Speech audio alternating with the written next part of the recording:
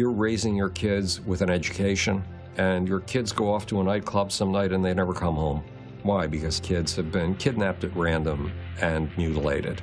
Beyond the horrific death toll and the horrific acts of violence and decapitations and bodies hanging from bridges, the drug wars really led to a deterioration in the infrastructures of society, which means that virtually every municipal police force in much of Mexico is corrupted by one cartel or another. What does that mean? That means if you're a lower middle class Mexican, your house gets broken into, who do you call? Right? You have nobody to go to.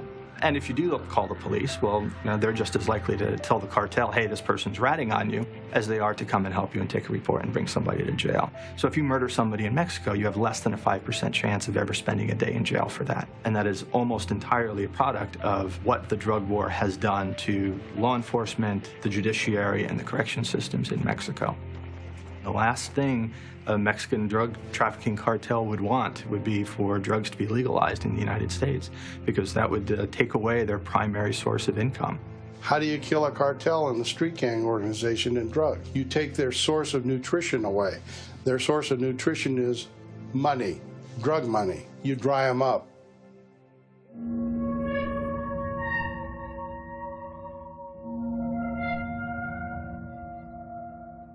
The idea that you're going to be able to somehow or another make marijuana illegal and it's not going to have some impact on organized crime is so fucking dumb. It's childish. This prohibition allows them to flourish. I mean, it did with alcohol. When prohibition was going on and the mafia and Al Capone and all them motherfuckers was in control, they ran that shit. The American people soon came to understand that prohibition of alcohol brought greater harm than the abuse of alcohol. The current prohibition on the marijuana laws makes everything more dangerous. $370 billion a year go into underworld's pockets, and bad people with that kind of money can do horrendous things.